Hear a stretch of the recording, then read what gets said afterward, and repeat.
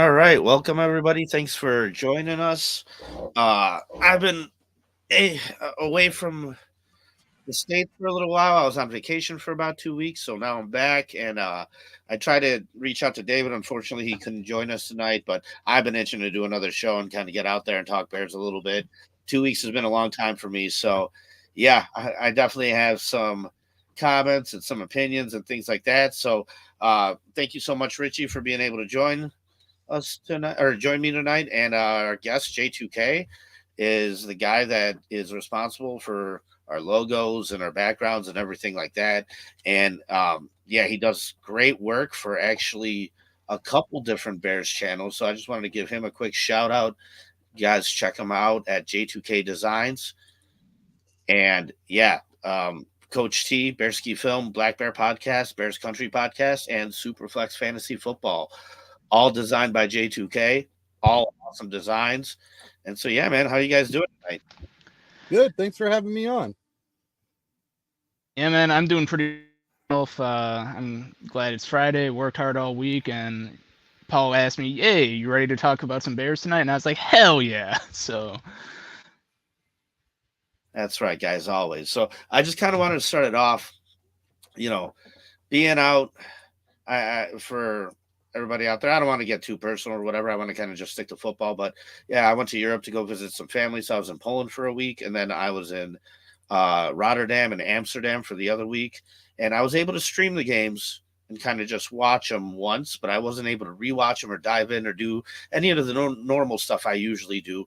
However, when I did get back now, I kind of did dive in a little bit, and it helped me kind of just add some depth to that opinion and that picture. But yeah, it was kind of different to just be left to my own thoughts and then kind of just go off the grid a little bit. But so in general, I just kind of came to this thought that, during the off season especially, there's really truly like just two groups of people. There's the homers and the haters.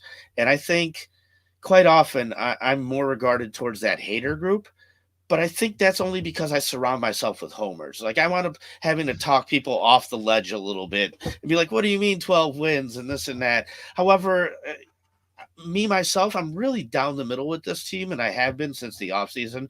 I predicted them at 9-8. And so far, what I've seen in 4 weeks, I don't know about you guys, but I see pretty much a 500 football team. 9-8 is kind of where I'm at still. And, I just, before I get your guys' opinion, I just kind of want to let you guys in a little bit on my football philosophy. And this is why I love having shows with David and everything like that, because we've talked for so long back and forth that we really truly understand where we stand with football. Me personally, my opinion, I'm such a Super Bowl or bust guy, right? And so for me, it's hard to be satisfied even by success if it doesn't result in a Super Bowl. Like I look at what the Rams did when they pushed their chips all in, and I'm like, good for them because they won. I'm looking at what San Francisco's doing, pushing their chips all in, and I'm like, oh man, it's rough because they haven't won one. I don't care if you're making the NFC Championship or making the Super Bowl. If you're not going to come away with the trophy, in my opinion, it's tough. And when you look at the landscape of the NFL, right, like guys with Super Bowl rings, and it's Aaron Rodgers at the end of it, right? Like Russell Wilson, who's not even starting. I mean, what, Joe Flacco's a backup. All these guys that have rings are pretty much at the end of their careers, and then there's Patrick Mahomes with three of them, right? yep. So the obstacle is very tough. It's very high, and in my opinion, you got to be really damn good for me to be like truly satisfied and happy about my football team. And so, 9-8. I don't know how happy I'm going to be. That is my prediction, but I just don't know how satisfied I'm going to be at the end of the day if that's where we wind up. And I'm just kind of going back to this, going, man, really kind of wish we would have maybe done the whole coaching overhaul at once along with the quarterback. I just feel like this might wind up being a little bit of a lame duck year because the holes on this team are pretty obvious, and they have been, and they've been repeating. But also, kind of with my prediction from the preseason and David's too, we both agreed that this is going to have to be a defense first team. And if you need to lean on the offense early on, that's a problem. And look, It's not going to happen. Well, game 2, you're down 6 points, a minute and a half left. I mean, Patrick Mahomes, that's an opportunity to win. Aaron Rodgers, that's an opportunity to win. You know what I mean? For a rookie quarterback in his second game ever, that's something you have to check off the checklist. And unfortunately, he wasn't able to do that. However, we're asking him to do that way too early on. I would hope that this transition of leaning on the offense does happen at some point into the season, but it's kind of what I thought it would be. This is a very defensive heavy team, and that's our strength. However, we did draft 2 offensive players with, 2 top 10 picks in the draft. Like at some point, that's going to have to come in and help out. And it's not going to just like sway all at once. It's going to be in little bounces, opportunities. So like, I kind of wish that, Caleb would have driven the team down against Houston and scored. I mean, who wouldn't? But he didn't. Like I said, it's a little too early to ask him with that. But against the Rams, I thought they had a really, really good performance this last game. And yeah, I don't know. I know I'm babbling a little bit. So like I said, I had the itch. I got to scratch it. J2K, let's start with you, man. Based off your preseason predictions, the first 4 weeks, how's this team kind of lining up to what you have and where you had them at? Well, I think they're lining up pretty much how I had them. I had them at 2-2 at this point. I did think that we would lose to a healthy Rams team, so I thought we got a little bit lucky with that game. And I did think we would beat the Colts. And I thought we had a chance to. I thought we actually more lost that game than they won or they beat us. I did want to go back to, you wanting a Super Bowl, and that is the ultimate goal. I would say that trying to be a perennial playoff team is kind of the only opportunity that creates the Super Bowl. I mean, you look at the 49ers, they did dump a lot of draft capital into Trey Lance. They lucked out with Brock Purdy, but they're coming up on some serious contract issues and some cap space issues. Christian McCaffrey, too. Yes, absolutely. So, and you look at the Rams, they've lucked out a little bit with getting some late round draft pick gems. But, it's not necessarily a stacked team like it was before. So, I see those windows as being small windows. And I do like what Ryan Poles has done because we have the draft capital, we have the cap space. Even if we are 9-8 this year, if your prediction comes true, this is a growth year for Caleb Williams. We're starting a rookie quarterback in game 1. It can't be, a CJ Stroud type year. Jaden Daniels is playing very well and all that, but you just can't expect that. So even 9-8 wouldn't be that bad as long as I saw progression in Caleb and the team overall. And J2K, I think that's really what our overall goal preseason was. We said it's more about the eye test this year. Like, I could care less about the record. I know everybody wants the playoffs. I know everybody wants double-digit wins and things like that. But, me and David talked about how it's really, truly going to fall on the eye test. The comfort of the quarterback, the progression of the quarterback, command of the offense, calling protections, things like that. But, as far as what Ryan Poles has done, I really, really, truly like his approach. And it's because it's so different than the past general managers we've had. He's way more conservative rather than risky. But man, the offensive line was an obvious issue. Like, I still go back on draft day where I know everybody likes Roma Dunze, and listen, he's panning out to look really he's panning out to look really good. Yeah, by the way, everybody, I still jet lag 7 hours, so for me it feels like 2 a.m. Pardon me if I'm a little off, but I still kind of think I would have felt better dropping back a little bit, getting some defensive line help and getting some offensive line help, a center, a guard. Like, these were the obvious holes. And early on, they showed themselves. Now, can they clean it up with the guys they have? Sure. I think the special teams can actually kind of pull some of their weight too. And special teams and defense can carry this thing for at least the first half of the season. Richie, what do you think? According to your preseason predictions and where you had them at through week 4, where does this team fall for you? So. Yeah, man, there's something about me where I want hope, and I was hopeful for like 11-10 wins. Okay, Surrounded by homers. The thing Right. is, I know I'm realistic, okay, and I know exactly what you mean by expecting more like a 500 season, something along those lines. But we have the makings there for an over 500 team. We could be 3-1 easily. Our defense kept us in both of the games that we lost. Our offense progresses just a little bit more and then a little bit more, and I think we can actually swing with a lot of top 10 teams in the league. Okay, I know maybe I sound high. I don't care. It's like I said, it's hopeful. Okay, Well, and Caleb Williams, we're not asking Caleb Williams to do a lot. All right, right now we just need him to sustain drives and put up a few points here and there, and he knows that. That last game showed me he knows that. Just sustain drives, keep the ball safe, let the defense do their work, just score more than 20 points. That's all we need, because we kept the Texans at 18, the Rams at 18. I know the Rams are down 2-star receivers, but man, that's the start of an identity, and it feels like an old book. All right, that the late 2000s Bears, where it's just, man, where's our offense? But we know our offense is emerging. Okay. Every time we say identity, we have to give a shout out to J2K Identity Designs. Yeah. So what were you going to ask me, Paul? Oh, sorry. Yeah, no. But I hate doing the shoulda, coulda, woulda thing, because you could do that for every team every year. Oh, we could be 3-1, but we are 2-2, right? So at the end of the day, every team could be something. There's opportunities that are left behind everywhere, every game. It's either you did or you didn't, in my opinion. So, you are what your record says you are, right? And so at the end of the day, we're a 2-2 team. And but I get what you're saying, because I remember Greg Olson coming on the ESPN 1000, and they asked him, hey, the year before the Super Bowl, they went 6-10, I believe, with Cam Newton in his rookie year.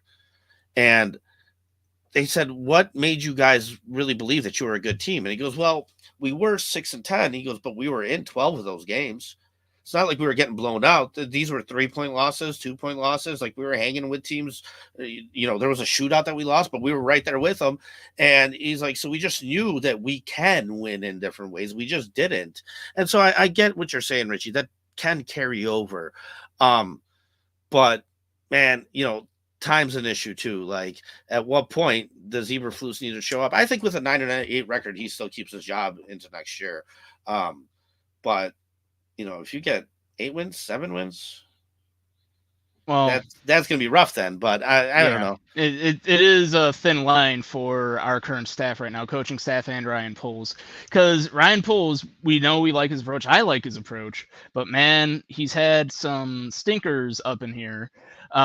Keenan Allen so far, I would go so far to say, as Keenan Allen isn't panning out, but that is quality wide receiver depth to ensure Caleb Williams can be successful.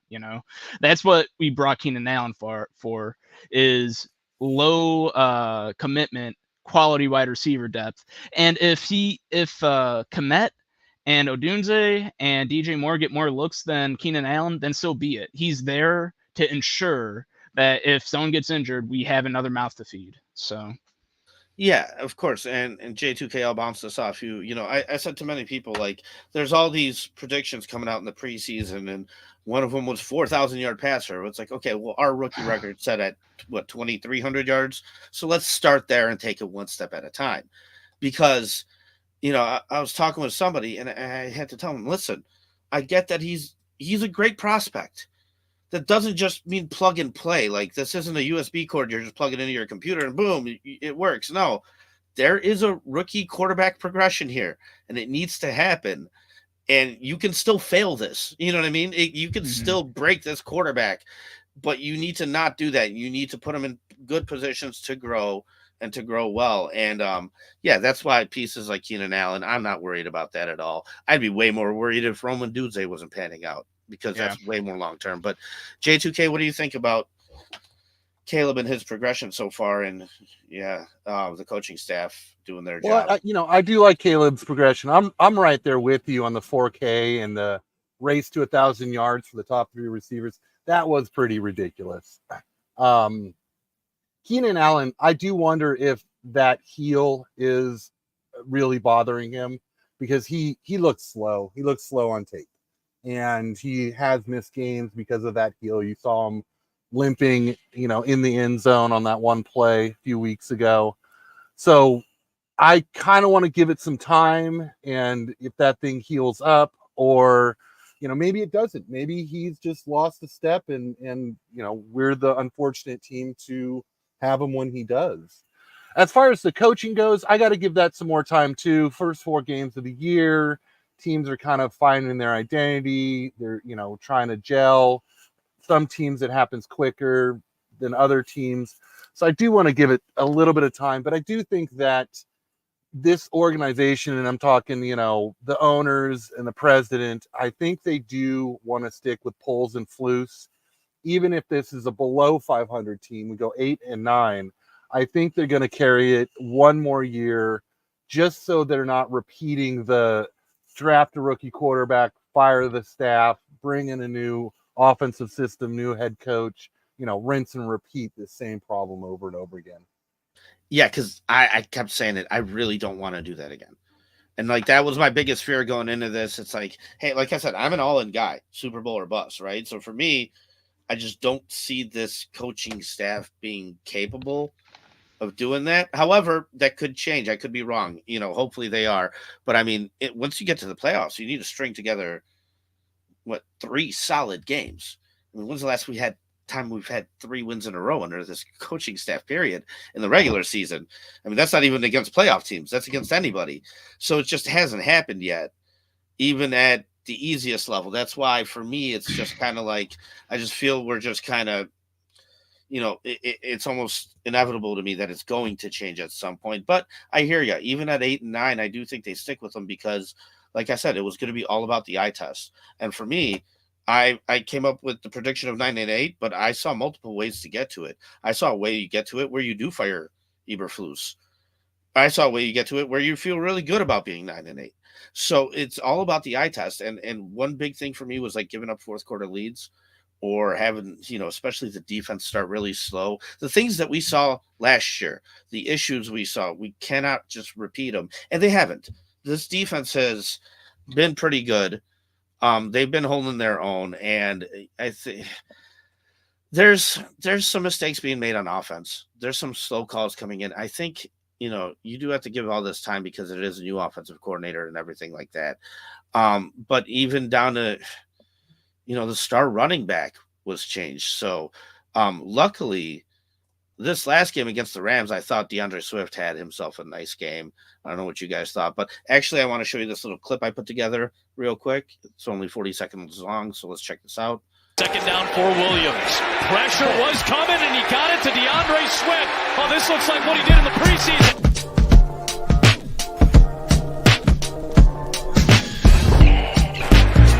Williams gets hit.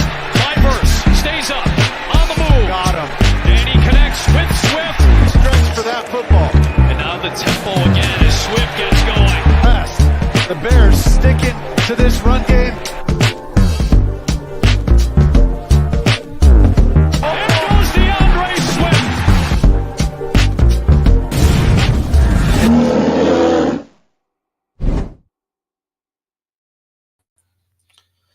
Yeah, so that was just a little preview of last week's performance by DeAndre Swift. I'm glad he finally broke out and had a decent game because we need that pretty consistently from him.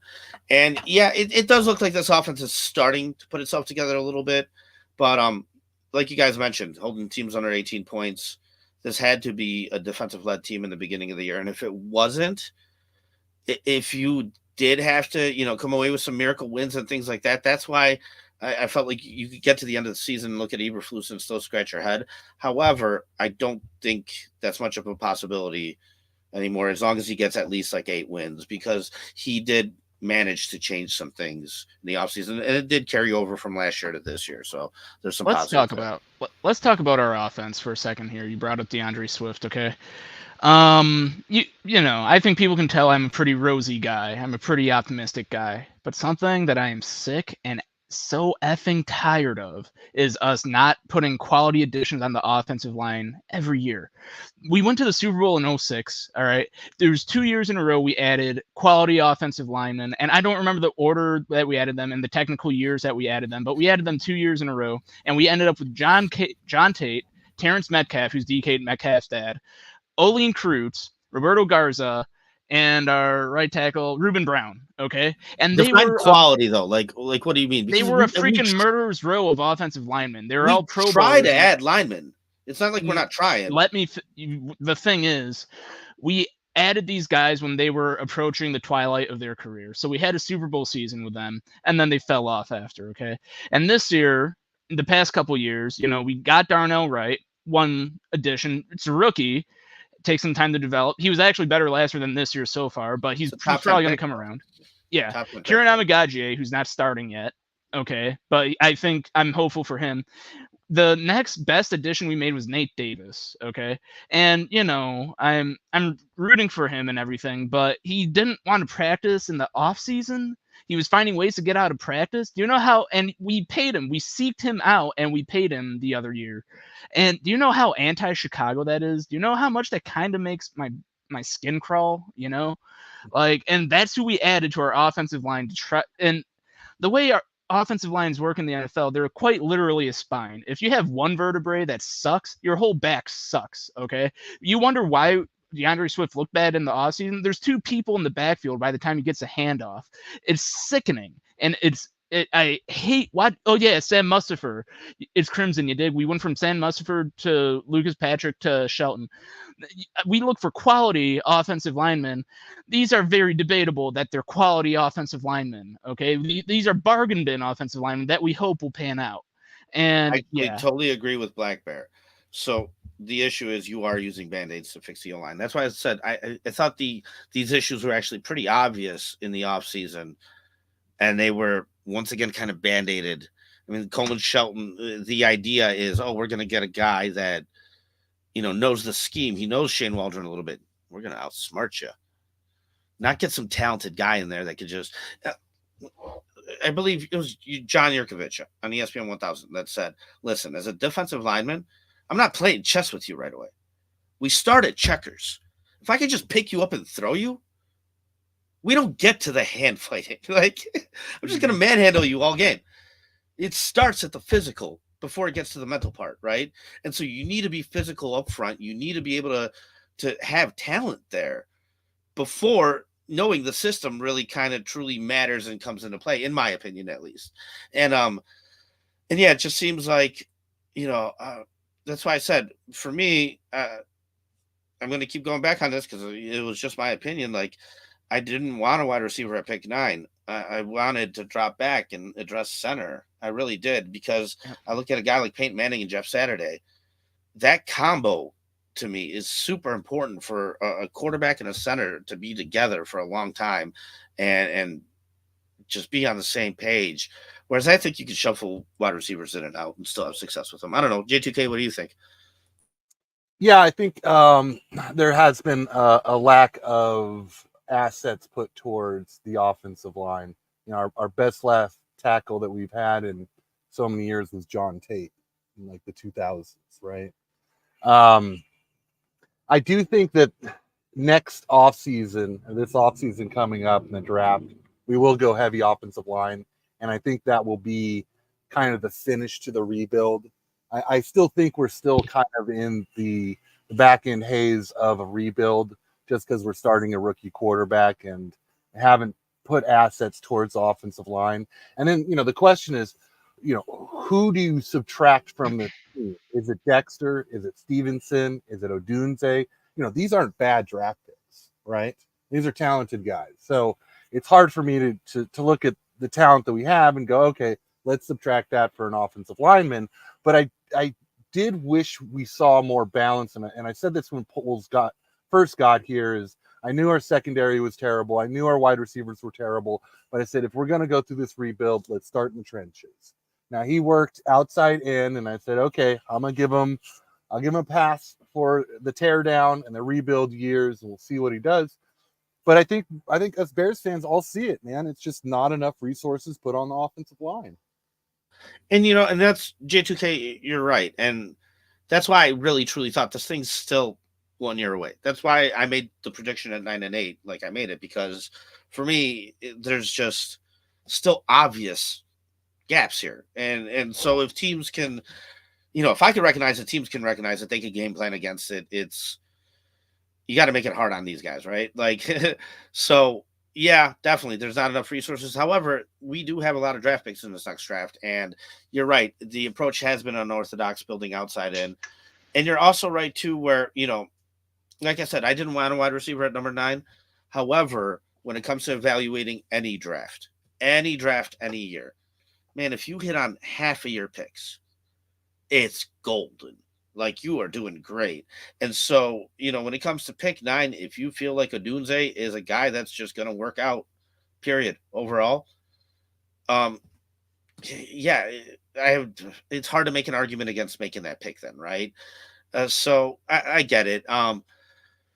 But like we all said, there's definitely been an obvious gap here. It just kind of tells me that, I don't know. It's weird because then in that case, the Keenan Allen move is there just to help Caleb progress. We're not in win now mode yet. We're not sitting here trying to push the chips all in, trying to, I know there was some talk about Micah Parsons coming up, and we're not about to trade 2 first-round picks for anybody. Not when we have obvious holes on our roster, right? So yeah, it's just, I really hope that this progression does keep going and goes well. And this defense, man, it is carrying the team, I think. And like, when I got back and started diving into it, started making some videos, it's very evident. Like, yeah, the week 1 win was completely thanks to the defense. They kept you in the game in week 2, gave the offense an opportunity to sit there and win the game. They kept you in the game in week 3.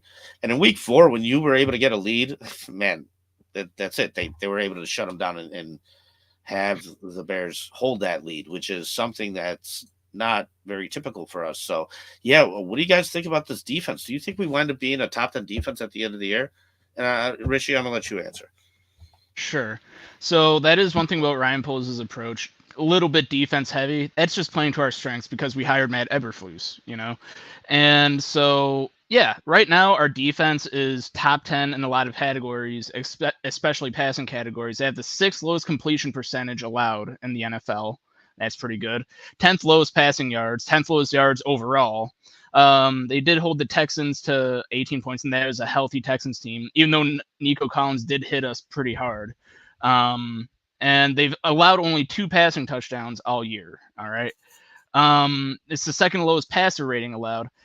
We can say we're pretty sure they're a top 10 defense, and I'm happy to say that. They're supposed to be a pretty mature group. We drafted Jaquan Brisker and Kyler Gordon 2 years ago. We signed TJ Edwards and Tremaine Edmunds 2 years ago. We picked up Kevin Byard. We drafted Jalen Johnson. It feels like ages ago, but I think it's actually 4 years ago. Tyree Stevenson. We invested a lot into this defense. Oh, and Gervon Dexter. Yo, who called that, Paul? You did. Yeah, that's right. Before he was even drafted. Before he was even drafted, baby. So, man. Yeah, no, good job with that one. Thank you. So, man, I am high on our defense. And talking more to Poles' approach, drafting that punter in the 4th round, he had 76 air yards on one of those punts, That's fun, and that helped us put away the game with our defense and special teams approach. Again, feels like late 2000s Bears football, and I'm okay with it. And I think Caleb is gonna get our offense to the next step too. We don't have Rex Grossman back there, So 100%. That's why I said I hope that shift kind of happens at some point during this season where we start to lean on the offense a little bit more, and we're capable of leaning on the offense a little bit more, because 2006 we were not capable of doing that. However, I've always looked at football as kind of like a triangle, and there's the 3 phases to the game: defense, special teams, and offense. And a lot of people, they don't give enough credit to the special teams and their impact on games. And I'll tell you guys, we as Bears fans in 2006, we saw what the special teams can do for you. I mean, all our offense really had was a running game, right? And so we were very one-dimensional on offense, but a defense and special teams carried us all the way to the Super Bowl. And then, like, the 2010 Chargers were number 1 defense, number 1 offense, 32nd special teams, and they missed the playoffs, right? So this thing is a balance at the end of the day, and the special teams can make up for the things we are lacking on offense, or at least give enough time for the offense to be able to grow and progress. And I think we actually saw that in this last game, where Torrey Taylor had not only a great punt, they come out there, have them backed up, and get a turnover right away. Now you put the offense in a great position to have success, and that's how you make it, easier on a rookie quarterback. I can see Bears fans tearing the roof off the stadium when we're ahead and the punter pins them inside the 10. That's a Bears thing right there. I can cheer for that, J2K, I'm gonna play this defense video real quick, and then I'm gonna ask you if you think that the Bears are a top 10 defense this year or not. But let's check out this video real quick.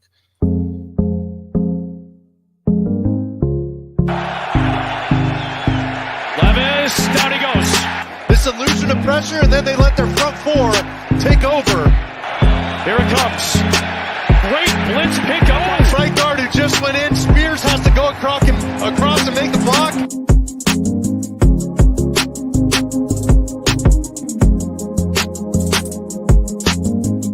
On third down and 6. Here they come. Gordon's coming. Levis gets.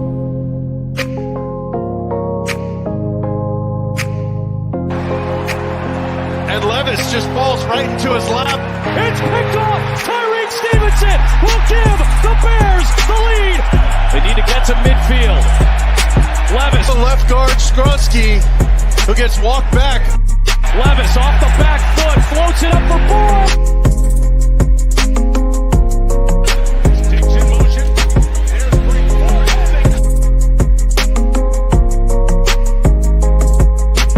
In the fourth quarter.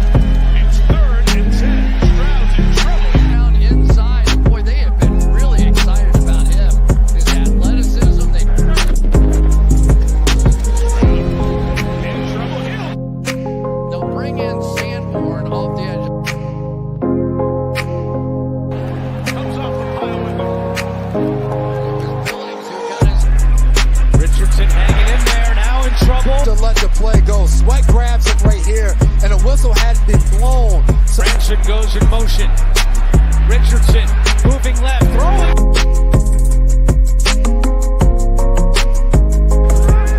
Sweat is coming. Richardson steps up. And just Stafford got caught. 9-on-9 crime. Oh,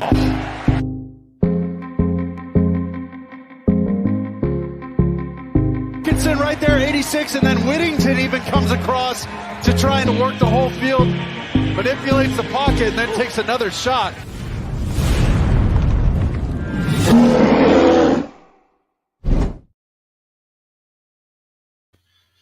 This is why I know I'm nuts.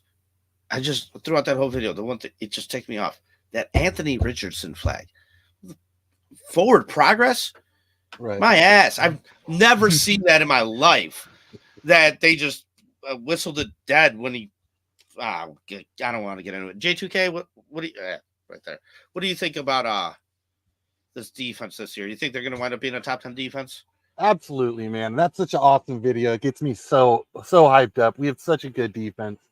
And to your point earlier about, it's a triangle, that it's offense, defense, and special teams. This is what I love about this opportunity that's created for Caleb Williams, is that we've got a defense that can turn the ball over. We can create field position, short yardage, and the punter, enhances that even more. So we're pinning people back. Caleb gets the ball, short field, and all of that all works together. So I do think in time, the better Caleb gets, the more this offense gets more comfortable, the better our defense is going to be. Once we start scoring points, we're up by 2 scores. They have to pass. We know they're going to pass. We can pin our ears back and just attack. We're going to see more turnovers, more sacks, more fumbles. And this defense, I think this is a top 5 defense, if not even better. What other defense out there do you think rivals Chicago by the end of the year? Granted, some teams just in a 4-game spread at the beginning of the season might have, some better numbers than the Bears. You look at Minnesota's defense. I think they have less points allowed than the Bears, something like that, by like 20 points. But by the end of the year, I see top 5, if not, conversation of top 2. Wow. Yeah, it's pretty bold right there, man. and I got to tell you, just going back to that talk about, football being a triangle, just growing up, I remember in like 2008, 2009, maybe I had a fantasy football league for me and my friends.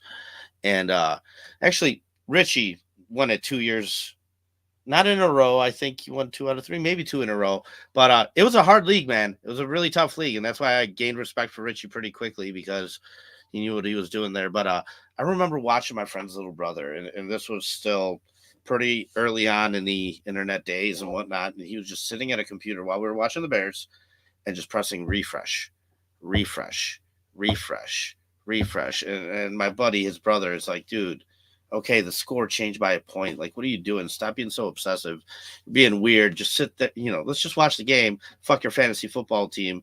And then I watched this whole society change to this whole compulsive ADD. Red Zone came along. Guys, I can't watch Red Zone. I don't care. Like, I've gone to the games. One of my favorite games I've gone to was against the Rams, I believe, in 2018, 15-9. It was all field goals. It was great. I don't mind a field position battle. I understand the importance of a field position battle. It's football. And I think a lot of people lost sight of that. And so I didn't mind the Tory Taylor pick, because I understood, like, man, if this kid is what he did in Iowa, if he's going to be as good, it can make a huge difference. I mean, it's important. It's so much harder when you're backed up at the end of your own end zone, and it's uncomfortable.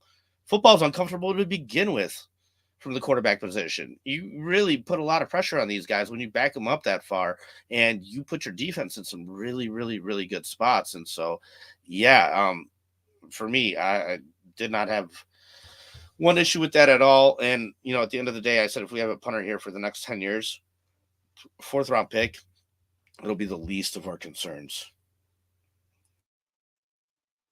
I wanted to stop me if I'm being counterproductive, but Dante Purify, O-line is not bad. The whole offense is confused pre-snap. That goes back to us hoping for a center. Yeah, but I kind of said that. I do think they could potentially be a middle-of-the-pack offensive line with this group of guys. What do you think, Richie? Yeah, okay. If we're talking about investing in our quarterback, that's an investment in our quarterback and our running back, who we're paying DeAndre Swift too. Now, we talked about Jeff Saturday and Peyton Manning. There are centers that make calls that we're having Caleb do, entire line shifts and all that. Normally the quarterback calls out a blitzer or 2 blitzers, or they tell the scheme that they want the offensive line to do, and then they have the center has the offensive line do the micro changes and say, we're blocking this guy, you're blocking this guy, etc. They were having Caleb doing that in the first couple games, and it hurt to watch because Caleb got his ass kicked physically. He wasn't able to do everything all at once, literally everything on the offense, including slide protections. Who would have figured? So that happened, and luckily it looked better against the Rams. I'm not ready to say they're going to be middle of the pack. If we keep getting pressured up the middle, if Braxton Jones keeps getting beat by bull rushers, no, we're not middle of the pack. They're still like back of the middle of the pack, all right? So, yeah, those are my feelings on it. Not only that, but like a lot of people, we live in such a statistical world where a lot of people look at nothing but numbers. Even now for offensive linemen, you have grades and everything like that. And I'm telling you, it's so much further away from that. Those must be some of the most insane people on the football field. First of all, you get no credit, no recognition.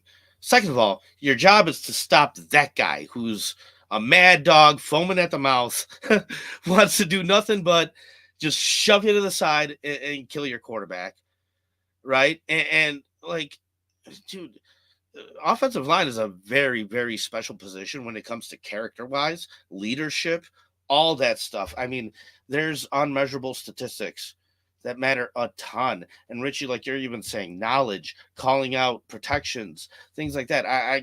We mentioned Peyton Manning, Jeff Saturday. I remember a clip where Jeff's sitting there and he's pissed that they decided to call a pass play on 3rd down or something, and they didn't get it. It wanted to be an incomplete. And he's on the bench just going, why can't we just run the ball? Why can't we just run the ball? Blah, blah, blah. And Peyton Manning's walking past him and hurt him. I was like, hey, Jeff, why don't you just worry about snapping the fucking thing? Why don't you just worry about your job and snapping the damn ball? Like, dude, and they had this back and forth, and they were both leaders on that team. And I think Peyton understood, like, dude, you can't, no. Don't do this. It's a snowball effect. You do your job. Make sure the guys next to you do their damn job. And you let the offensive coordinator do his damn job. And don't worry about it. It'll work or it won't work. It's not what you're here to do. You're here to snap the damn ball, right?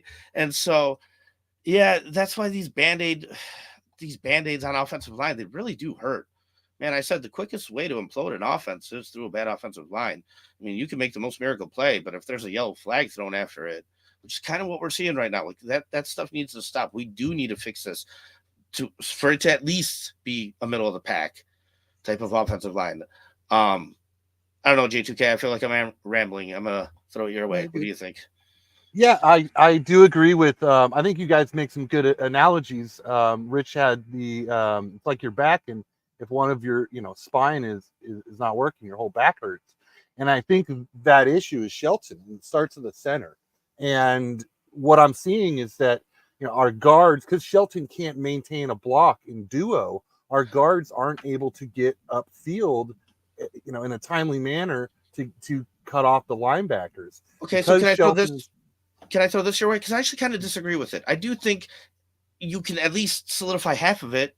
Like when we had Tevin Jenkins on the right next to Darnell Wright, at least we could run to the right side. But isn't that obvious? Okay, sure. For but a at least defensive coordinator? It's sure. But like I said, it starts physically. If we could at least you're talking about wide zone runs, and a lot of what we're doing now, we still have the wide zone scheme, but we're doing a lot more inside zone stuff. So the duo blocks is very important, and we have to. You can't just stick with just one style of a rushing plan. And what my point was is that it hurts us in the run game because we can't get off of duo blocks the second level. The offensive guards look worse because they're late arriving to guys and guys running right past them. But then pass protection, Shelton's getting pushed back, and now you've got your two tackles basically creating an arc. And even as bad as Braxton Jones look, he is creating the arc so that the quarterback can step up. You haven't seen Braxton Jones get beat to the inside. You see him getting beat on the outside, but Caleb can't step up because Shelton is getting pushed right back into his face. And then you talk about footwork, and then you look at the overthrows by Caleb Williams. 90% of those overthrows, he's flat-footed because he can't step up into the throw. So J2K, so we have these issues, but they're repetitive. We've seen these issues for the past 3 years with 3 different guys. Sam Mustipher, when he went to the Ravens, he was okay. Lucas Patrick. Well, Mustipher's on a practice squad now. Oh, fair. Good point. No, good point. Good point. Initially, he was okay, though. So, like, he was able to have some success initially. I didn't know he was on a practice squad now, but that's a great point. Lucas Patrick went to the Saints. It looks like he had some success early on, too. However, when they're here, they're terrible. And now we're on our third guy, and he looks like more the same. And so he looks like what he looked like with the Rams. So, okay, and that's fair, too. Because I was going to ask, does it really true? Like, did we just strike out on 3 bad players here? No, I think. Or does it fall a little bit more on Chris Morgan, the coach, when there's repetition Shelton like looks this? the same he did with the Rams. He started 1 year, 17 games. He did have 2 starts the previous year. One of them was in the Super Bowl. A lot of people saying he's a Super Bowl winning center. I don't know what that even means. But he looked exactly the type of guy he is right now. And they drafted Steve Avila from TCU to replace him. They had 1 more year with him on his contract. So they had Avila on the left guard and Shelton at center. But, they wanted to move on from him because they had Avila ready to go to center. Granted, he got injured. So now they've got Bo Lemur at center. And we saw, our defensive line take on their offensive line. But the point still stands that he's always been this bad. Lucas Patrick, he just dealt with a rash of injuries, and a lot of these injuries are things that you can play, but you're playing with pain. You watched him play with a club on his hand for 6 games or something, right? A cast on his actual hand. quarterback he was working with. So, Well, yes, you know, and he looked good with the Green Bay Packers in the same zone scheme that we wanted to run, but he got injured. I don't believe Shelton was brought in to be the starter. I felt like Bates was brought in to be the starter or given the opportunity to be the starter, and Shelton was going to be in case Bates didn't work out, and Bates got injured. Yeah, that was my initial thought process behind that whole thing too. That Coleman Shelton knows the game plan, so he's here just in case. Right. And here he goes, week 1, snap 1. Right? Right. Yes. I don't know, Richie. What do you think? Talking about some other guys really quick. Cody Whitehair, he just at the end of his career, he just fell off. He was a good guard and center in his time early on, but he did fall off. And Sam Mustipher, he's a byproduct of a teardown. We just didn't have money to go out and pay someone or draft capital to go and get a center early on. And that's fine, but then so I still kind of come back to it. Isn't starting center kind of, when you're weighing things out, a little bit more important than wide receiver 3? I'm a trenches guy, so I want to start off saying yes, but there are a lot of very good centers that were taken late in the draft that are a byproduct of an overall good offensive line. So I think there's a discrepancy. Like, how do you get a star wide receiver? How do you get a star offensive center? I think there's just different places in the draft that you start looking at those positions. And so it's kind of what my overall feeling is with this coaching staff. It's like, man, okay, I get it. Consistency is important. However, we did just move on from an offensive coordinator and a defensive coordinator. And now we're looking at O-line issues while maintaining the same O-line coach, which I believe he was promoted even to a running game coordinator. And it seems like there's issues here. Like at one point, even Tevin Jenkins said, hey, we're just executing what's being called. Like at some point it's beyond us. And so, yeah, man, that's why I just feel like I said, it's almost inevitable that at some point these coaches are going to hit a wall. I don't know where that wall is yet, but yeah, I don't know. If there's one positive thing we could say, it's depressing talking about our offensive line. But if there's one positive thing we can say, it's that they should only get better the more they play together. They should gel a little bit more. And again, the Rams game, we saw good things come from them. And it's not like we stopped Jared Verse, but we saw Braxton Jones defend against Jared Verse okay. More time should help. Stay healthy. As long as they stay healthy. Guys, let's move on to our last topic here, because I know we're at 50 minutes, so I don't want to keep you guys too late tonight. But we're heading into week 5 at 2-2. Like I said, based off my prediction, I actually felt I talked about this a couple episodes ago. If week 6 we're 3-3, I think we're on pace for where I haven't predicted. So 2-2 going into week 5 should be a victory against a very bad Panthers team. I think a lot of things favor us. I think this could be a very good opportunity for Caleb Williams to be able to get 2 wins in a row. J2K, let's start with you, man. What do you think about this week 5 matchup against the Panthers? It's a very winnable game, in my opinion. Now, the Carolina Panthers, they aren't a complete dumpster fire. There is some positives. I think they're ranked 7th in least amount of pressures by that offensive line. Andy Dalton is showing that offense can actually work and function well. So, there's that. Now, and then I think they have two good defensive ends. There's a DJ Johnson and Clowney, but they've got a very good defensive tackle that went down for the year. Shaq Thompson is on IR. Entire linebacker group, the starting group, is not going to play. It's all backups. So I do see a very winnable game. I hope it's not a bit of a trap game. I don't think it is, or it will be. I don't see this team kind of suffering through those kind of trap game scenarios. And it is at home. So, I think this ball keeps on rolling, and not to jump ahead, but I do think Jacksonville is also a very beatable team in London. But. And I saw a statistic go across that the Bears currently hold the longest streak for home wins. Yes, going to last year. Yeah. Okay, all right. So, yeah, maybe they'll keep it going. Unlike you, I do think this team is a dumpster fire. However, going back to like the last episode I did with David, he brought up a point saying that it's nearly impossible to look for like a team to go 0-17 in today's NFL.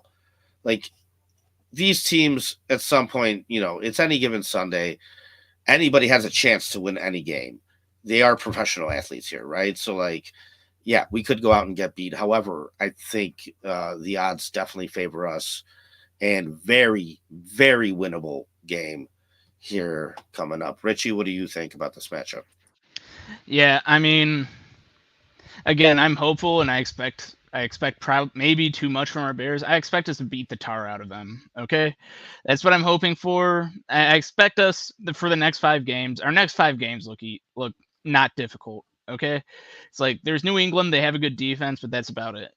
Our next 5 games we should be able to do, and then after that we face a murderer's row. We face our entire division twice, and then we also have the 49ers, and then I think there's one easy game thrown in there somewhere.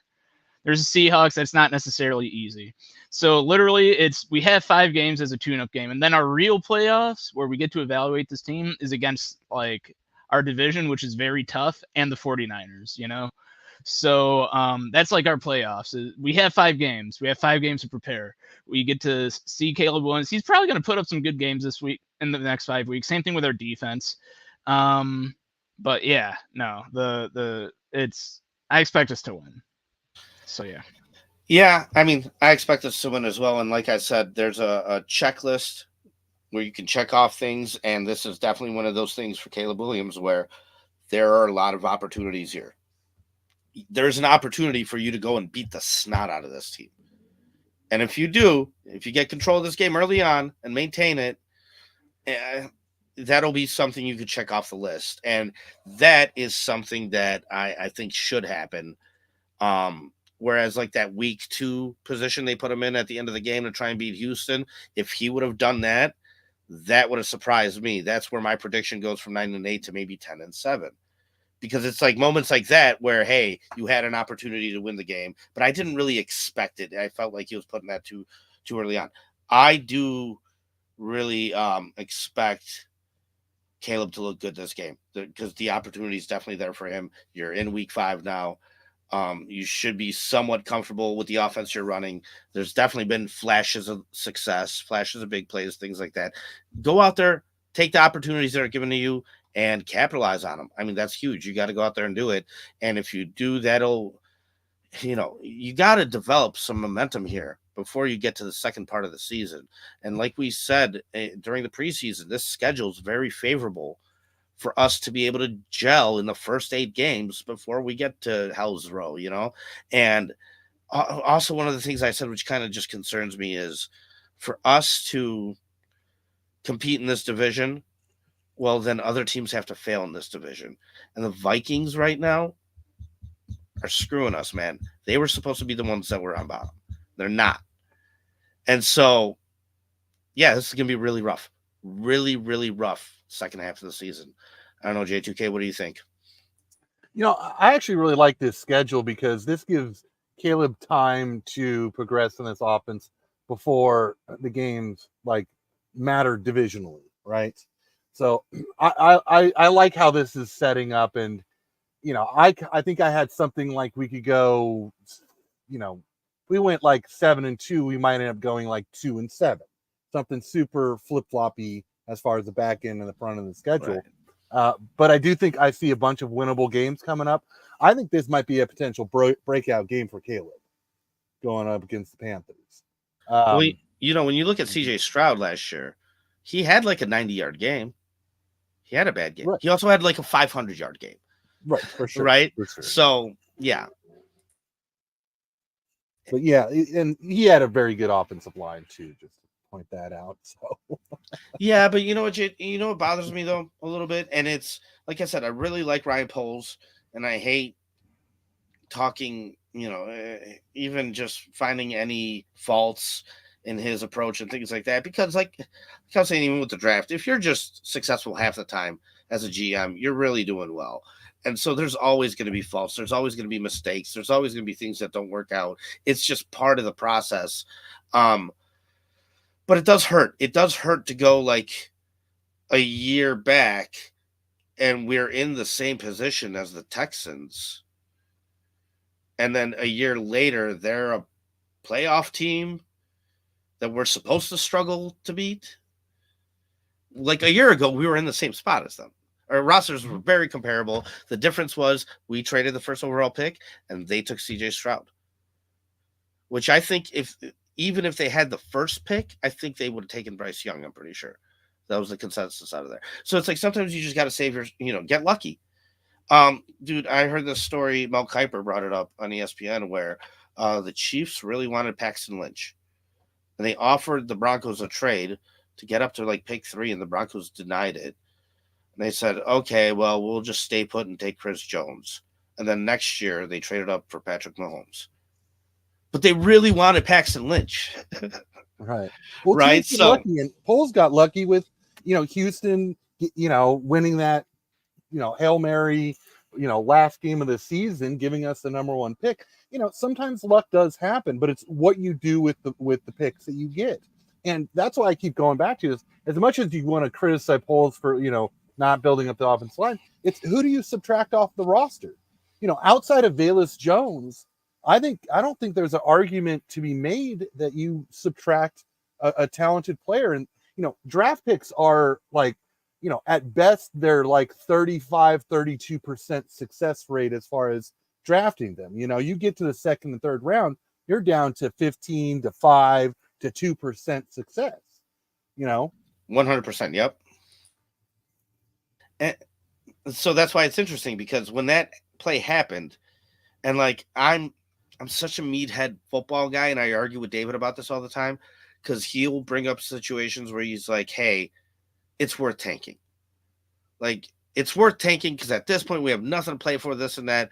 The Houston Texans had nothing to play for, but they had Lovie Smith as their head coach, and he plays to win the damn game, period, right? And I totally share that belief. You play to win that game. And when that play happened and they won that game, it's funny because we as Bears fans thought, oh my God, this benefits us so much. And on paper, it's benefited us so much. But Richie, you told me once on the phone when I was talking to you, you're like, those trades don't always work out to the guy that gets the haul. Like, sometimes the other side wins. And it's interesting to think that here we are, and that play, that situation, everything that's happened might have actually benefited Houston more than it's benefited us so far, right? It's funny. It's funny to think about that, but big shout out to Lovie Smith for staying true. That's why you play to win the game, though. That's why you play to win. Well, Houston made a mistake. Their management said, "Hey, we're letting you go, and can you please lose this game for us?" And Lovie, if you want him to win for or lose the game for you, don't tell him after you tell him you're going to fire him. You know what I mean? Like, it's terrible. But yeah, man, good for Houston. I'm glad it worked out for them. It's all their hard work and all that. I'm glad CJ Stroud is doing well for himself, and Nico Collins, I think it's his 3rd year technically. He's really panned out for them. Good for them. I hope it's Richie. Next, I think it's past. I think it's more than a situational thing. I think it's more of a character thing. It's a Lovie Smith thing. Even whether he's getting fired, not getting fired, whatever. Even if he's there for the next year, he's not trying to lose to get a better draft pick. That's not who Lovie is. I mean, this guy quit. Not quit. He, got let go from the Bears from the NFL. He went to go coach college kids. Bro, here, let me set an example for you. Let me preach my philosophy, give you a foundation. Let me be real. You can't sit there and then turn around and be like, okay, I'll just throw all that out and lose for you. That's just not who he was. The situation doesn't matter. Like, he's playing to win every game because that's what he preached for years and years and years and years, no matter who he was coaching. And like I said, I just think it is funny though that it did actually benefit them more so far in a way because they're further ahead than we are, right? I guess, but we still didn't use our second round pick next year that we still got from the trade, so we don't know yet. Still yet to come, right? Guys, so we all have the Bears winning this week. Yes. J2K, you mentioned the Jaguars game. That's going to be also in London, right? Mm-hmm. Which I know David told me the one thing about that is they've gone to London every year now for like 3 years in a row. Last year there was versus the Raiders. Not us, the Jaguars. Jacksonville. Yeah. So they might be a little bit more used to that whole, travel. Everything that comes with playing in London.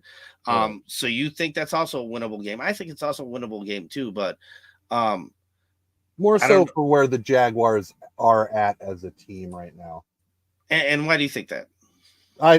Trevor Lawrence is not playing all that well. Just to be straight up. Yeah, and I think fair, man. I'll take that answer. And I don't think they've hit on a lot of high-end draft picks of late. I think Brian Thomas, the wide receiver they got, I think he's a good one, but they're having connection issues, just like Caleb is. But Trevor Lawrence, it's his fourth year in the league. I would expect more from him. He was, deemed the next Peyton Manning, and I think that's a stretch. They drafted, who was it? It was Walker, like first overall defensive end out of Clemson, and Hutchinson is totally showing them up. I don't think and it seems like they're having internal struggles too. At the moment, I saw some statistic that they've turned over in 8 goal line attempts, or out of their goal line attempts this year, 8 of them have been turnovers. So I think there's a lot of problems with Jacksonville. I also think that we're a much better team. I think Caleb gets another growth game against Carolina. Also knowing that we've got the bye week after Jacksonville. I think, and someone in the chat pointed this out, and it was a good point, that little frustrated with Flus rotating defensive end or defensive players to the point that we're not having all of our stars in the field. And I think that Jacksonville game is a game where you can have guys play more often. You can have Sweat on the field, more often than sitting him for somebody else. And then we get a week off, so you can kind of do that. So, I do see that as a very winnable game. And what's nice is we get a bye week, we get a stealth scout, and then we're off to play Washington, who I also think is a beatable team. Yeah, and that's how you fall kind of into these trap games. But I'll tell you what, any team that goes off and wins the Super Bowl, they need to be talented, they need to stay pretty damn healthy, and they need to get lucky. Like even Tom Brady, even Patrick Mahomes, like luck is still part of this thing. And God damn it, did the Eagles get lucky when they had Nick Foles as a Super Bowl MVP? I mean, 3 years later, this guy's a third string on the Bears. And 3 years later, Doug Peterson's fired. Meanwhile, Howie Roseman has been the GM there since 2000, since Andy Reid and Donovan McNabb. And he's quick to realize, hey, this guy's not the guy. I'm moving on from him and rebuilding this thing. And so just Doug Peterson being in Jacksonville never really did it for me. I never thought that he's going to be the guy that's going to get all these things right for Trevor to be able to have the ultimate success. And at the end of the day, you're in the AFC, right? I mean, we're talking about Mahomes, Lamar Jackson, Joe Burrow, Josh Allen. Aaron Rodgers is there now. You're pretty far down the list here, guy. Like, you really, really, really, really have a lot of competition in front of you in the AFC, division by division, even as a whole, conference in football. It's so tough on that side. And yeah, I don't know. I just don't have much faith, and they're decent enough to be able to beat us, though. And so, like, whether it's a trap game or not, whatever you want to call it, it is one of those things where, like, we need to come out and be very well prepared with the conditions of playing in London and everything like that. And we also need to game plan properly and adjust properly throughout the game. It's not just going to be a walk in the park or a toss up. And like I said, I have this team 3-3 in week 6. 4-2 would be nice, but man, if Washington, we've struggled against them in the past a little bit here and there, but it's also a good matchup. I just don't see this team being like 5-2 though. It's, to me, that's a little wild, but I think at some point, we lose one of these games and we win one. So whichever one it is, I don't know, but I think there's going to be some type of a balance there. Richie, any closing thoughts? Closing thoughts. You featured the comment, do you think Lovey is going to coach again somewhere? Well, he kind of coached everywhere. Like when you look at the average coach's career, it's like Lovey has played on as many teams. I'm sorry, he's coached as many teams as, a lot of coaches do on average. It's kind of really up to him. And because he's going to find a job somewhere, even if it's in college. So it's like the odds are kind of like, I would say 40%. Yeah, he's going to coach somewhere. So the odds aren't, I'm not saying like very positively. Like he can if he wants. He seems to have some fire and passion for the game yet. But well, we got to wait and see. I absolutely loved seeing him back on the field in Houston with that gray beard and everything. I mean, the glory of that man. In my opinion, whatever situation we were in with him, moving on from him, this beyond all that, him as a person, I just have so much respect for Lovie Smith. I think that guy would coach high school. Yeah. I really do. Like, just because that's who he is. Yeah, I don't know. It's kind of funny. I heard this random little quote since we're past the hour here and I'm dragging it out with you guys. I heard this random little quote about parenting recently, and it was like, hey, parenting is really you can compare it to like a sports coach, where you could sit there and train them, give them the practice, and set them up for success. At the end of the day, you cannot play the game, though. You can't play the game. You got to go out and just watch them play the game. And I was like, yeah, that's a really cool quote. And, I don't know. I just always thought that Lovey, like I said, no matter what situation it was, he's playing to win the game. He's teaching these guys the right thing. He's preaching the right thing. He was a damn good person and a damn good coach. And yeah, I've always just had a lot of respect for that guy, regardless of his successes and his failures on the football field. I could put those two things in separate categories. So yeah. And then we had one more question here. Getting closer to trade deadline, are there any trades that you're interested in or think that may happen?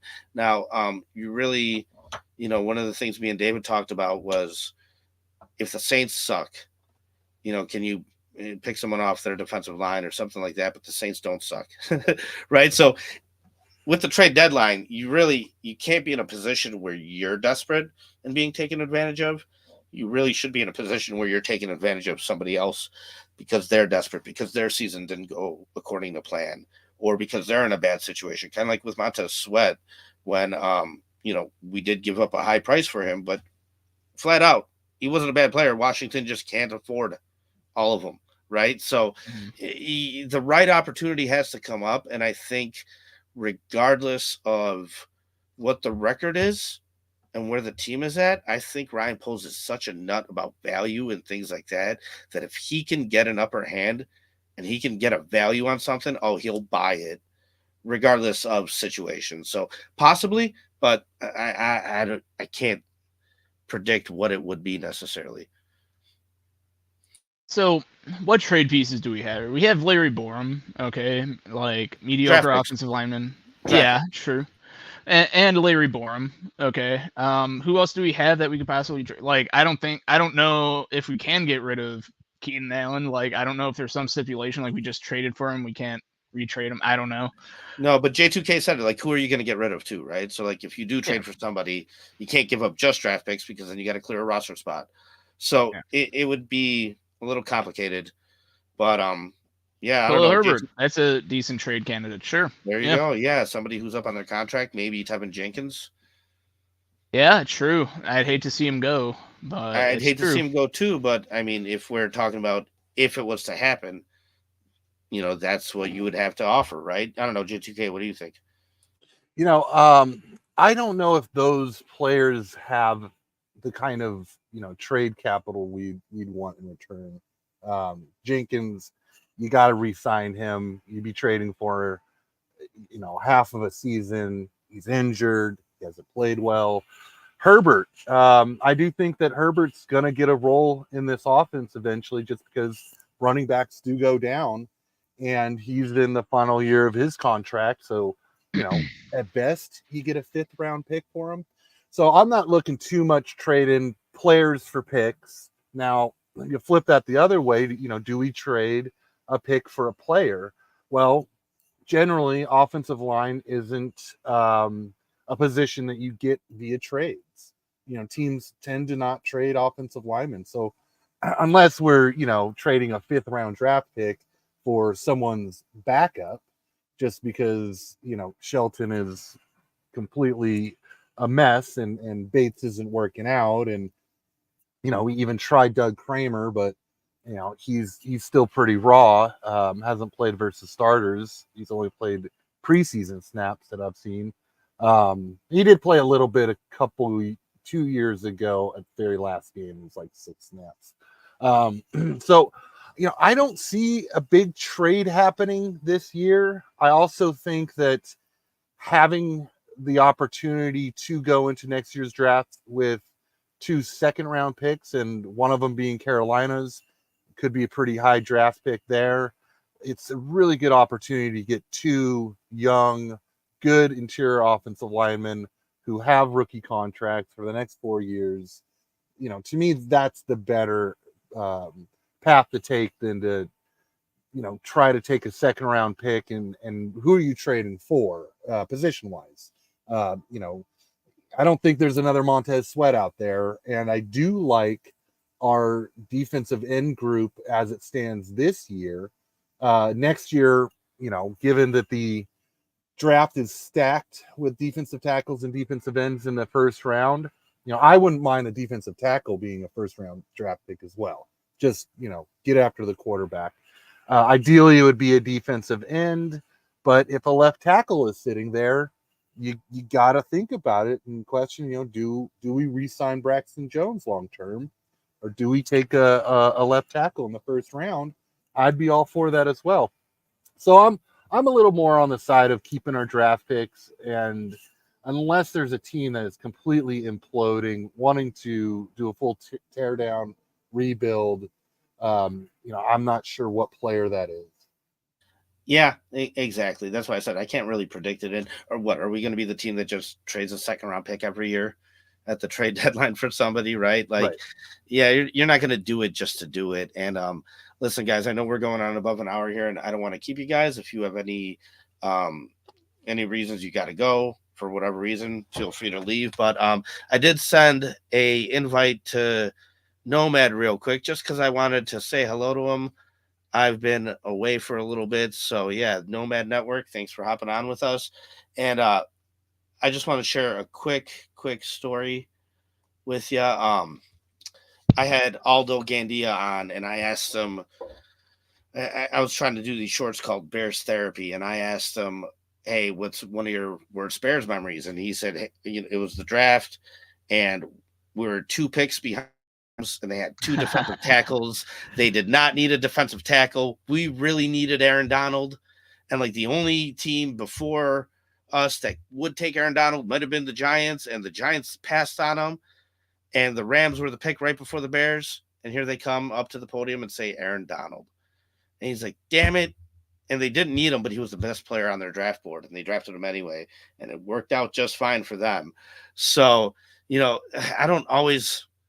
I've heard that philosophy thrown around a lot, that just draft the best player there. I also do think you need to balance it with drafting for need.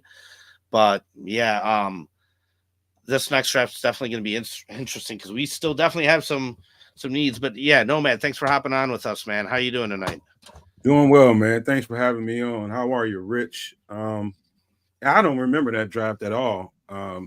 Be honest with you, I don't even remember what we needed. At the time, I wasn't really tied into the not to this part of what goes on in the Bears fan base, and being tied in as I am now. So I can remember him saying stories like that to me before privately, but to this day, I can't remember who was up on the board or anything like that. Like, who did we have a specific need that year? I don't remember. So we took Kyle Fuller. Okay, all right. Yeah. So at that time, was he like a glaring need on the team, Kyle Fuller, or they just?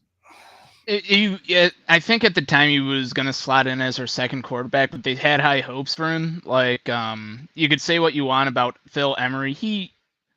No, I was about to say he had some good defensive picks. That was a rare good pick by Emery. Okay. And Kyle Fuller ended up being all pro a season or two. It ended up being a good pick, luckily. Whatever but the draft picks were, the years after 2014 were not very good. So yeah, and I was really swearing up a storm too when Aaron Donald got picked, and all my friends around me were like, "Richard, you're overreacting. Stop. What are you doing?" I was like, "You don't understand. Aaron Donald's gonna be really good. You don't understand." I mean, So, yeah.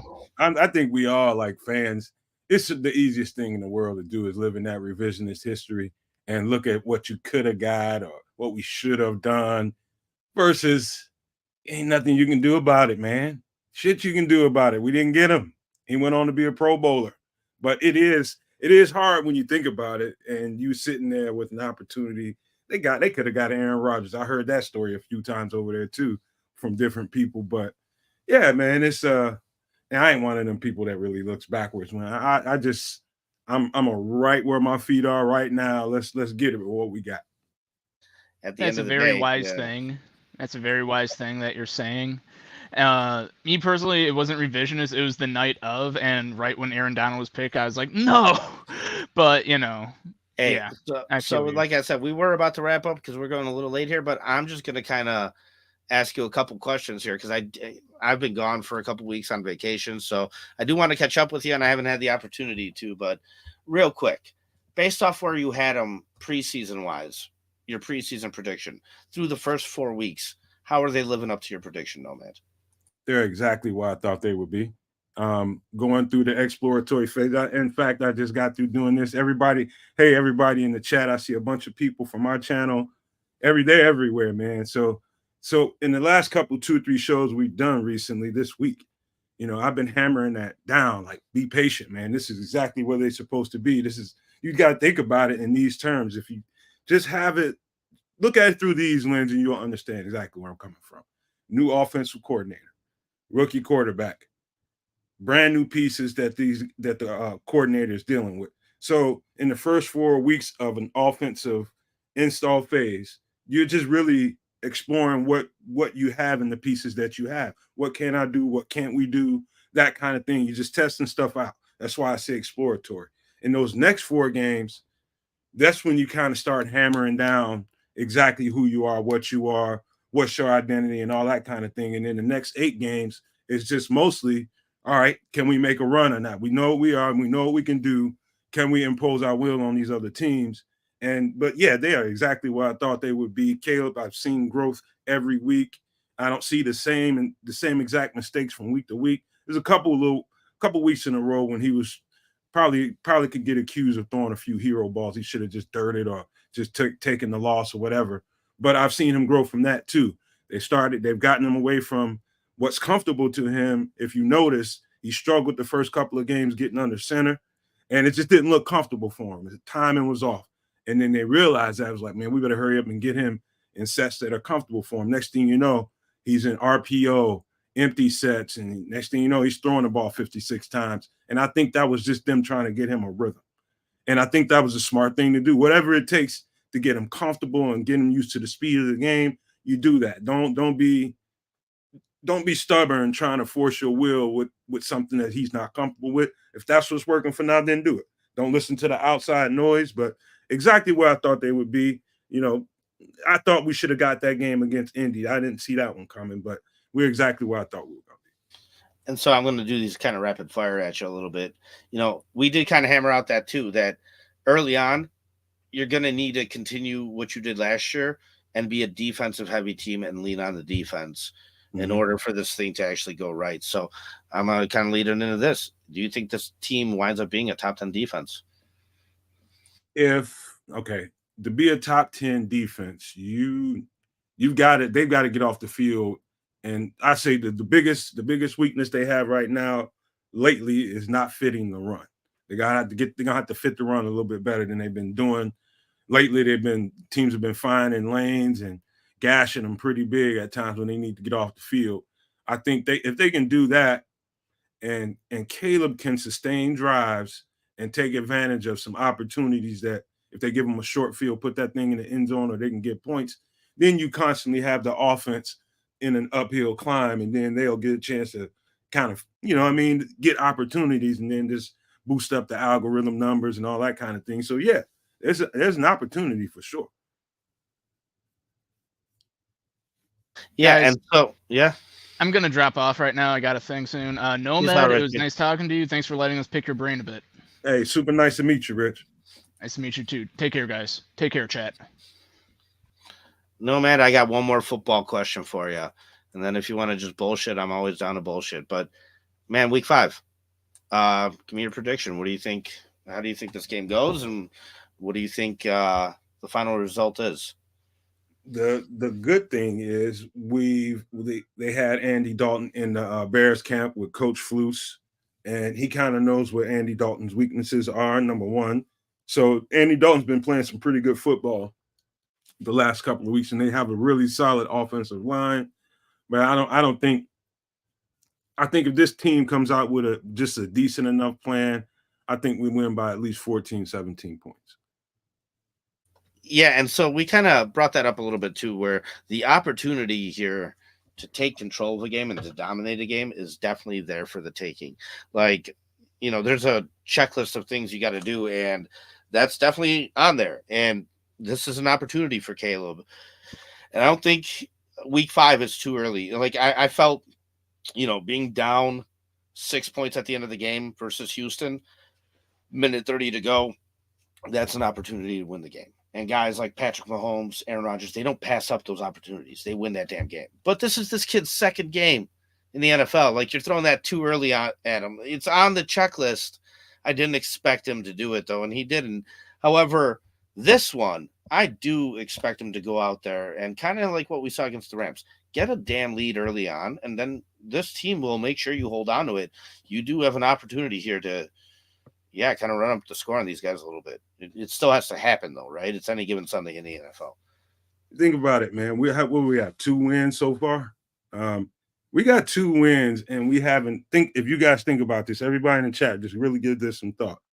We've somehow managed to do 2 wins. We've gotten 2 wins, and neither DJ Moore nor Keenan Allen has had a big game yet. That's number one. The only person that's had a decent sized game was Romo Dunze. What happens when they really dial into those 2 guys? Anybody in their right mind that has eyes can tell you, Paul, they haven't been using DJ the right way. Once they figure out how to really apply, and to I have to give Caleb a little bit of chide. He missed DJ quite a few times so far this year. Probably left 14 to 21 points on the board, on the ground out there, just by not hitting some easy shots he had with DJ. And, so again, neither one of those guys have clicked yet. So once that happens, man, and they start really finding rhythm with each other, it's then you got some offense to add with that domination of that defense. Then we're cooking with some gas. Yeah, and I think it's going to take a little bit of time to just get on that same page, Black Bear, but I'm not worried about DJ at all. He's done it with multiple quarterbacks for years. That guy's not phased. I think he was probably excited, and I think maybe he thought this thing was going to be a little bit hotter early on than it's going to be. No, it's going to take some time. Rookie quarterback progression is a real thing, and Caleb will grow, and they will get better. And like you said, those opportunities to take advantage of teams, they are there. And they just got to start hitting them, man. What, Paul? Some misses. I've caught I got a lot of different comments that people will just like, because some of those balls that he just easily overthrew, people were like, oh, he's scared back there. He's nervous and da. Yes, he is nervous, but not the kind of nervous that you think. It's eyes wide open. Oh, shit, that's open, and got a little too excited and overshot some balls kind of energy. That's going to calm down. And when it does, that dude's going to put up some pretty spectacular numbers, man. Well, plus, I'd rather have you overthrow it than underthrow it, right? Like at Right. least underthrow it, you just don't have the physical skill to be able to get the ball there. Overthrow it, it's a little bit safer because okay, it's either your guy has a chance or nobody has a chance, and that's fine when you're learning. I don't know. Uh, Listen, I know this whole Justin Fields, Caleb Williams discussion is going to live on forever. Um, Justin Fields didn't throw many picks. Pretty safe. Like fumbling was a little bit of an issue, but that guy did not go out there and just turn the ball over left and right by throwing interceptions. No, he had some overthrows too and stuff like that. And honestly, if he wasn't up against a timely contract situation and us having the number one overall pick, like the odds were kind of against them situationally. There's plenty of different paths that could have gone where Justin Fields is still here because he wasn't like a train wreck. He was just kind of average, in my opinion, at least. He didn't sit there and go out and just bomb games, and that's important. It's important for any quarterback when they're out there playing that they just, those 3-4 interception games. I mean, man, if you have one, I get it. It happens. But you can't like repeat that stuff. You can't sit there and turn the ball over. It's important. So yeah, I'd rather have him overthrow and just miss and live on to play another. What you just described, damn near sounds like exactly what we need right now. Just manage the game, make a couple of shots here and there. Don't turn the ball over, and the defense will get you this dub. And that's it, But in the same sense, we can get the exact same thing out of Caleb. You know what I mean? It's just a matter of him being comfortable, getting used to NFL speed because it's quite different than college and, the setup that he was playing in college. It takes time to get used to that rhythm. And I think it's just really there in the infant stage of the offense right now. And that's the best way I can describe what I've been seeing so far, infant stages of installing the West Coast scheme. For sure, man. And it's been a very interesting landscape amongst the Bears fans or people that participate in commenting on Bears stuff. I don't know if they're all fans or not, but man, there's the homers, and the time for them is preseason when nothing's been proven, and they're super high in a team and this and that. And then there's the haters. And I started off the show by saying I'm probably considered a little bit more of a hater, but I'm really down the middle. I'm just kind of surrounded by homers. I'm just talking them off the ledge. But the real haters, they're out there right now taking shots and giving some of these stupid comments. Oh, this guy's a bust and blah, blah, blah, and this and that. And it's like, man, no. It takes, in my opinion, it takes 3 years to fully evaluate a quarterback and have a good idea of what you have. And it takes 3 years because in year 4, you got to pay him.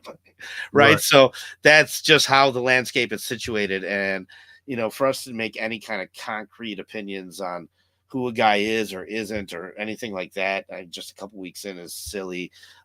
Like I said, these opportunities are going to come. You just got to take advantage and capitalize on them. And the more you do that, hey, the better off it is, right? Yeah. I mean, people are just hyperbolic and have opinions. This is the world we live in. And like I said, man, I hate Twitter, number one, but I go there and for business purposes and just to keep engagement going on, so people, but I hate, it's a hate site. The shit that they allow going on that site, it hurts my stomach to even pick up. I don't even pick it up and put it on my phone anymore. It's so chaotic. It's such a mess. It's crazy, man. And I'm no good at it. That's why I only have 200 followers or something. I just can't. I can't involve myself in that. It takes a lot of energy, man. A lot. It's all the mudslinging.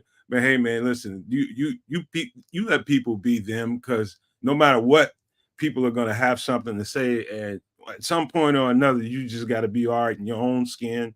And don't worry about what the hell people are talking about. You know who you are. You just keep on moving. You got to get somewhere in you where you're okay with it. Yeah, dude. And one of the things, like I said, I've been gone for the last 2 weeks on vacation. I went to Europe. I went to Poland to visit some family, and then the Netherlands, Rotterdam and Amsterdam, where my uncle lives. And it was a great trip. But the last 2 games, I streamed them on my phone.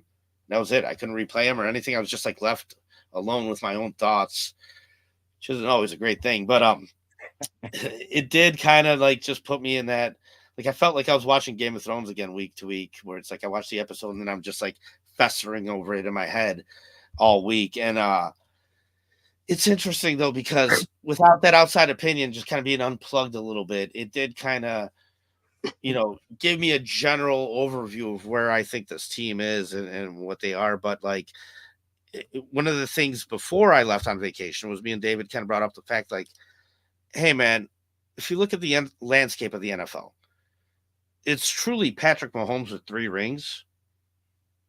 And any other quarterback that's got a ring out there is at the end of their career.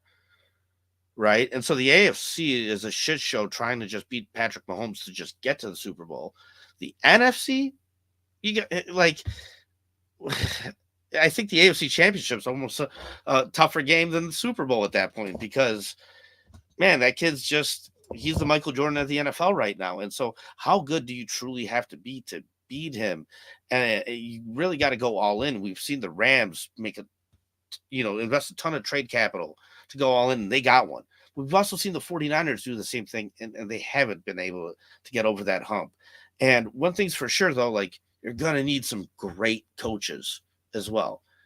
And so when I look at this thing, I'm just like, man, I understand consistency and everything. I just don't think that Eberflus and his staff are going to be the ones that get us over that hump in the long run. Like, you look at the Kingsbury situation with the Cardinals, like, they got better, but then they like hit a wall at some point.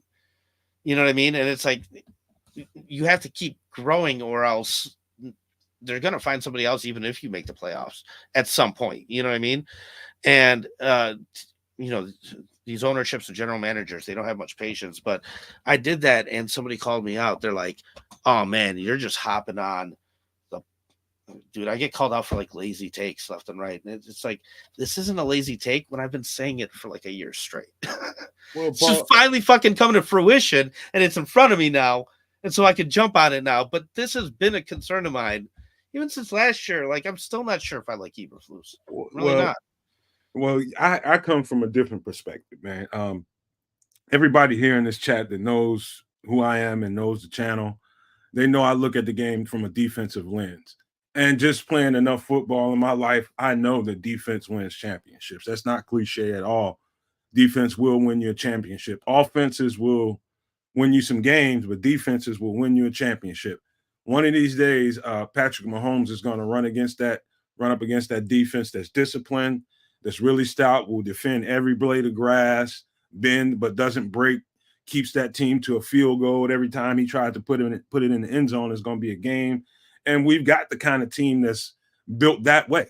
You know what I mean? So trending as a team that could really give him problems as of this point, I don't see why we can't compete with them from the defensive standpoint. Right now, are they explosive enough on offense? Can they make enough plays to compete with a Patrick Mahomes? I wouldn't say that right now, but who knows where we're at by game 10, 11 or something like that.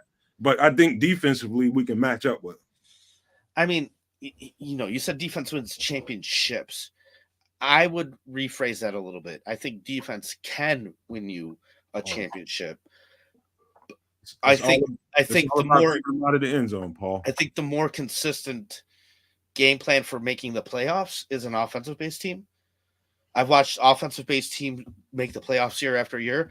I've seen defensive-based teams spike and win it all against the best. Like the Giants against the Patriots. There's a good example. 6 seed beats an 18-0 team in the Super Bowl because their defense was that damn good. And so I get it. But financials come into the situation too, right? So like once you start paying the quarterback, he better be good enough to lead this thing as an offensive-based team. If not, you're going to keep playing that defensive game and hope you spike, because it could still win it all for you. And luck is always involved in this. No matter, I was asking people this question.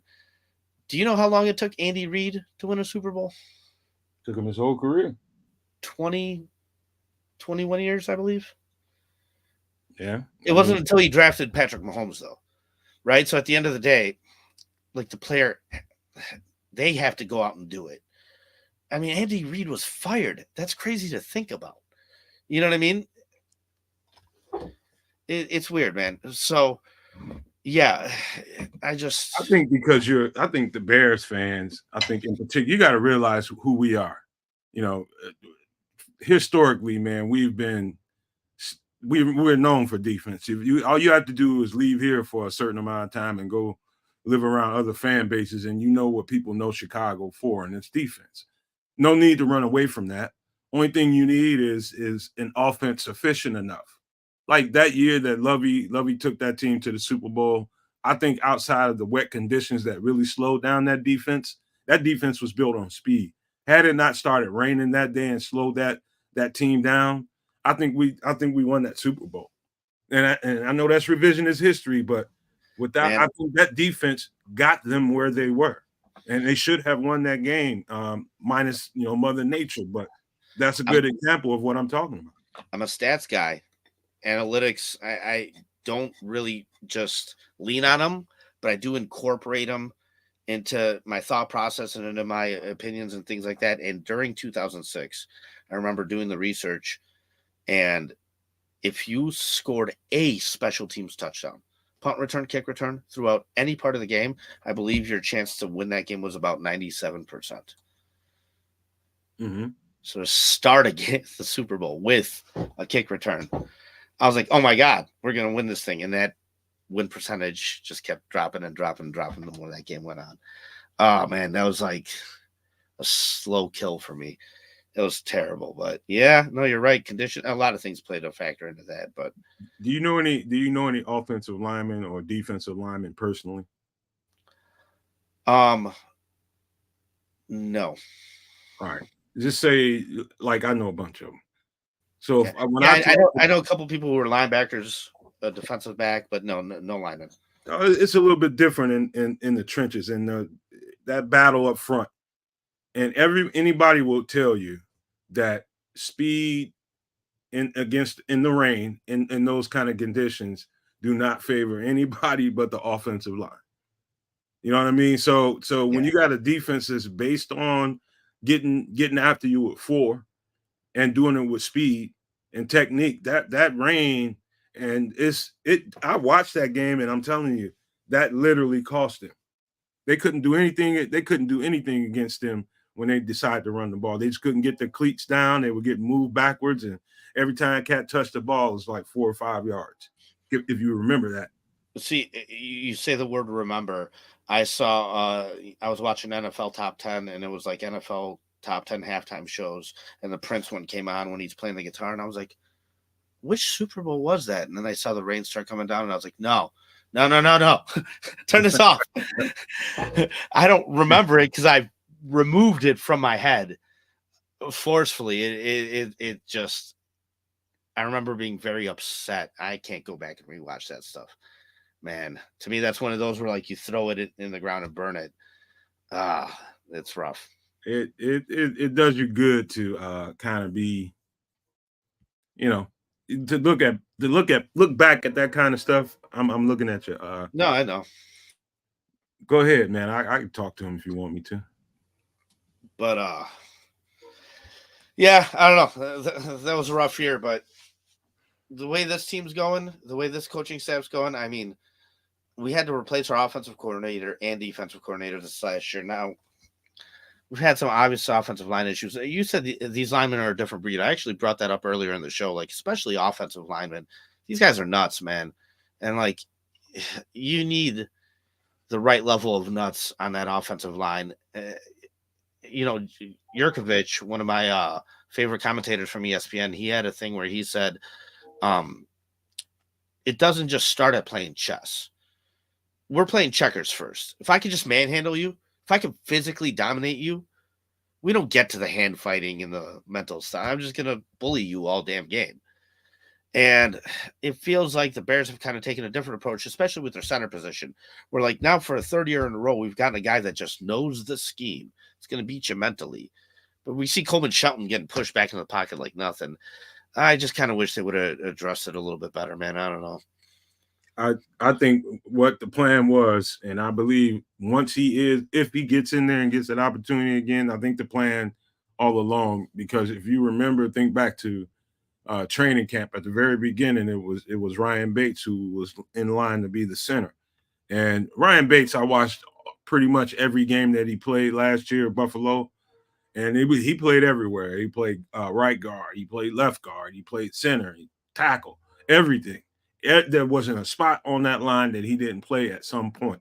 He would swing everything, and he didn't look bad anywhere.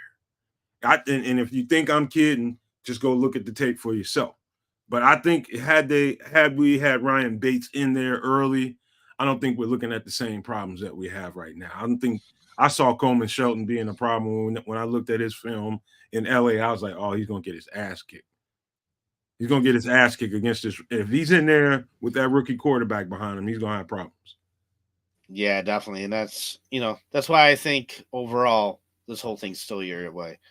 I think next year I'm really looking forward to a more successful Bears team than I am this year. I think this year we're still hovering around 500 just because there's obvious holes. But yeah, I don't know. I have us going 1-1 in the next 2 games.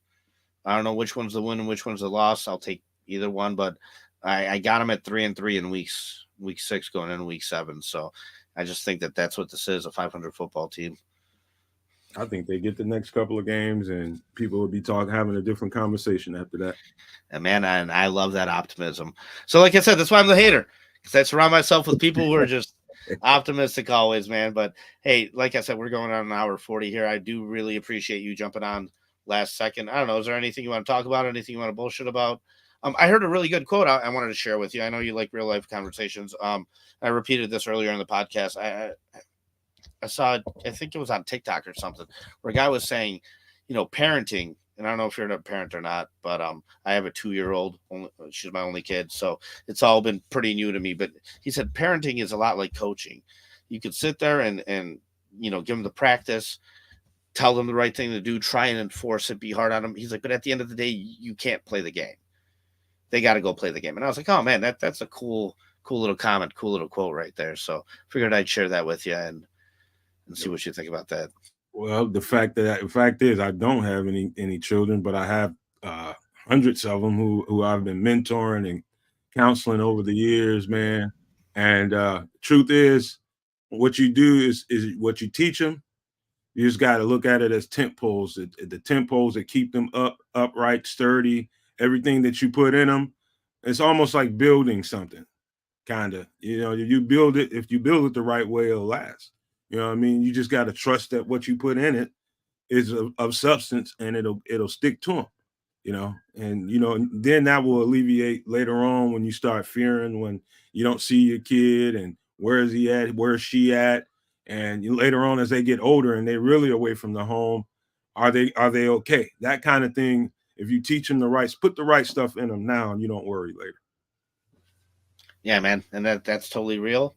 And I'm actually going through that right now. So, yeah, it's hard. It's hard developing that trust and letting the little birdie go fly a little bit, but hey, you got to do it. It's interesting, man. I just spent the last 2 weeks in Europe.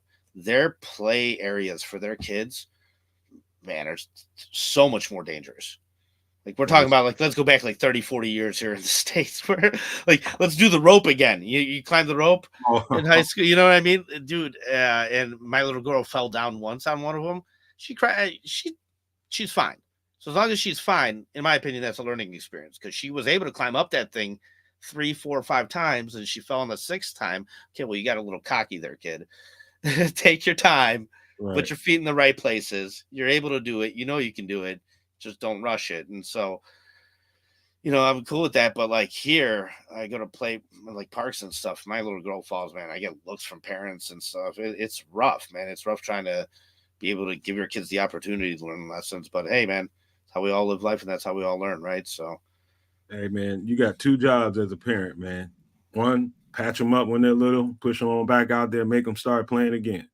2, once they get older, you're an ATM. They stick a card in your ass, money comes out your mouth. I'm going to have to learn that second part because damn. So, all right. Well, thanks so much for hopping on with me, man. I appreciate you. And I'll be looking forward to doing some more content with you moving forward here now that I'm back. And I'll be reaching out to you pretty recently. So thanks so much for having me, man. Thank you for everybody in the chat, man. See you guys real soon. Let me tell you real quick. I think we're going to do just one show. We're going to do the in-game show Sunday. And then do the post game right after that. And then coming up in the very near future, we'll have Brendan Shagrew. I keep forgetting what network he's involved in. I can't remember. but he's a known figure out there on Twitter. Ill Will from the Three Kings podcast. We're trying to set something up with him. Coach T, and then I think Alex Shapiro is going to come on real soon. So got a bunch of guests coming on and do some shows. So just wanted to say that before I get out of here and say thank you again, Paulski. I appreciate you. No, man, thank you. I really appreciate you. And yeah, always a good show and a good time at the Nomad Network. So everybody check them out. And yeah, have a good night, everybody, and bear down. All right, take care, Paul. Peace out.